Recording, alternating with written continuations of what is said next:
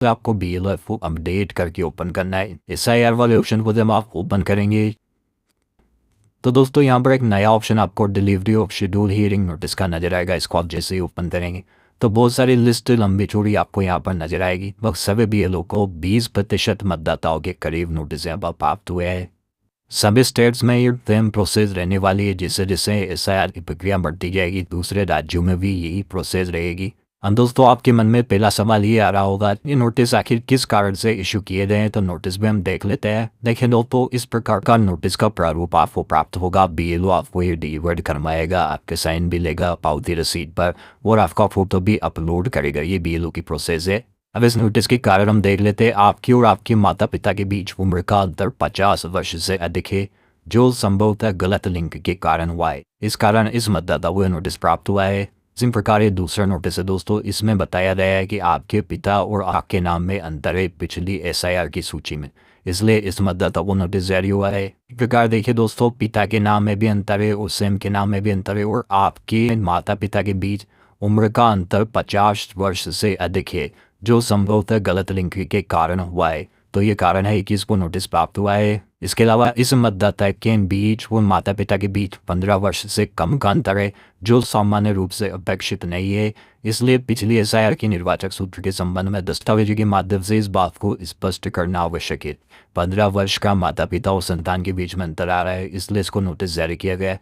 दूसरी बात माता पिता के नाम और सहन के नाम में भी अंतर है, इसलिए भी इसको नोटिस जारी किया गया है। इसी प्रकार आपको ऐसे व्यक्ति के पुत्र पुत्री के रूप में जोड़ा गया है जिसे अन्य 6 लोग भी पिता के रूप में दावा करते हैं, जिससे गलत लिंक होने का संदेह उत्पन्न होता है। तो 6 से ज़्यादा संतानें यदि किसी के साथ मैप हुई है तो उसको भी नोटिस ECI के द्वारा दिया गया है। यहाँ देखिए दोस्तों आपकी और आपके दादा दादी या नाना नानी के बीच उम्र का अंतर 40 वर्ष से कम है जो संभवतः गलत लिंक के कारण हुआ है। नाना नानी या दादा दादी के साथ मैपिंग हुई है, वो 40 वर्ष से कम का अंतर आ रहा है, तो इसलिए भी इसे NS को गलत माना है और नोटिस मतदाता वो इशू किए।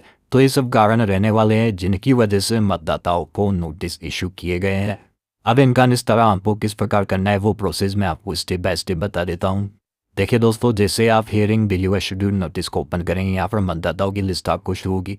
जिस भी मतदाता फुल नोटिस आप डिलीवर्ड कर रहे हैं सबसे पहले आपको अपलोड जिप पर क्लिक करके उसको ओपन करना है। अब देखिए दोस्तों यहाँ पर अपलोड जिप का ऑप्शन आपको नजर आएगा। जैसे आप उस पर क्लिक करेंगे तो choose from gallery capture photo ये ऑप्शन आपको मिलेंगे। तो यहाँ से आपको रसीद का फोटो अपलोड करना है। इसके अलावा किसको आपने डिलीवर्ड किया है उसका आपको सिलेक्शन करना है। वो मतदाता वो किया है तो उसका अपलोड क्लिक फोटो पर क्लिक करके यहाँ से लाइव फोटो भी आपको खींच कर उसका अपलोड करना है। दिन आपको सबमिट करना है, ये आपका सबमिट हो जाएगा। तो ये प्रोसेस है जो नोटिस डिलीवर्ड करते वक्त आपको अपना नहीं है। मतदाता का फोटो भी आपको क्लिक करना होगा, उसको अपलोड करना होगा और रसीद भी आपको अपलोड करनी होगी। जिस मतदाता को हम नोटिस दे रहे हैं रसीद में आपको दिखा देता हूँ, उस पर क्या लिखना है वो भी मैं आपको दिखा देता हूँ। देखिए दोस्तों ये मतदाता के नोटिस की रसीद है, पावती यहाँ पर लिखा हुआ है। यहाँ पर आपको मतदाता का नाम लिख देना है, उसके पिता का नाम आपको यहाँ पर लिखना है, मतदान केंद्र की संख्या आपको लिखनी है, जिस डेट में ये नोटिस आप उसको दे रहे हैं वो डेट आपको यहाँ पर डाल देनी है। उसके बाद यहाँ पर आपको मतदाता की सिग्नेचर करवा लेने हैं। नोटिस प्राप्ति के हस्ताक्षर जहाँ पर दिए गए हैं वहाँ पर आपको मतदाता की सिग्नेचर करवाने और इस रसीद को आपको अपलोड करना है। लेकिन इसके साथ आपको एक अंडरटेकिंग भी अपलोड करनी है, वो भी मैं आपको दिखा देता हूँ। देखिए दोस्तों ये अंडरटेकिंग निर्वाचन विभाग की ओर से दी गई है। डिस्क्रिपेंसीज नोटिस की पावती एवं सत्यापन में BLO भाग संख्या यहाँ पर आपको अपनी भाग संख्या लिखनी। विधानसभा निर्वाचन क्षेत्र आपका निर्वाचन क्षेत्र संख्या आपको लिखनी। घोषणा करता हूँ कि मैंने डिस्क्रिपेंसीज नोटिस में अंकित उपरोक्त निर्वाचक को नोटिस की तामील करवाकर उक्त डिस्क्रिपेंसी का सत्यापन कर लिया है। उक्त निर्वाचक के संबंध में अंकित डिस्क्रिपेंसी सही नहीं पाए गए हैं। उक्त निर्वाचक द्वारा उनके माता पिता दादा दादी अन्य का जो विवरण गणना पत्र में अंकित किया गया था वह सही पाया गया है। मैं उक्त निर्वाचक का नाम अंतिम मतदाता सूची में शामिल करने की अनुशंसा करता हूँ। और यहाँ पर आपको अपने सिग्नेचर करने जिस भाग संख्या की आप BLO है वो भाग संख्या आपको लिख देनी है साइन करके।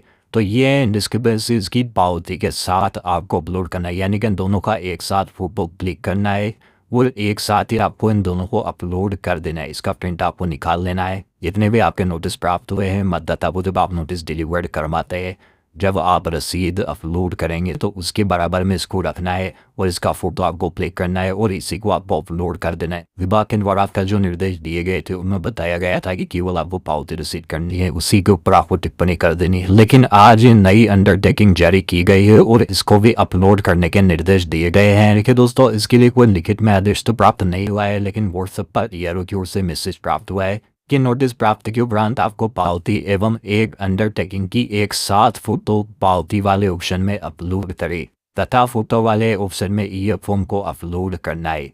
तो दोस्तों, रसीद वाले में तो आपको पावती के साथ अंडरटेकिंग लगा देनी, दोनों का एक साथ फोटो खींच देना है। फोटो वाले ऑप्शन में आपको ई फॉर्म का फोटो अपलोड करना है। इस प्रकार के निर्देश आज दिए गए हैं। 2:32 पर ही उन्होंने मैसेज डाला था, सुपरवाइजर के थ्रू में दिया गया था और ये अंडरटेकिंग जो मैंने आपको दिखाई है वो डाली गई थी।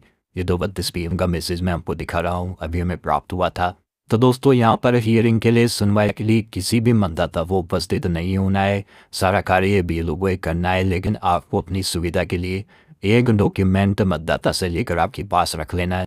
इन फ्यूचर आपको आवश्यकता पड़ सकती है क्योंकि नोटिस आम पेपर करवाने मतदाता के पास जाएंगे, उसका फोटो भी लेंगे, तो एक डॉक्यूमेंट का फोटो आपको लेकर अपने पास रख लेना है, स्टोर कर लेना है मोबाइल में, ताकि इन फ्यूचर यदि आपको आवश्यकता पड़ती है तो ईआरओ कार्यालय में आप उसको जमा करवा सकते हैं। क्योंकि बीएलओ के पास अभी तक डॉक्यूमेंट अपलोड करने का कोई ऑप्शन नहीं है और कोई निर्देश भी निर्वाचन विभाग की ओर से नहीं है कि इन मतदाताओं से डॉक्यूमेंट लेने। अपलोड चूज रिसिप्ट वाले ऑप्शन पर आपको क्लिक करके एक तो पावती रसीद और निष्क्रिय बेनिफिट्स को भरकर दोनों का एक साथ फोटो अपलोड कर देना है।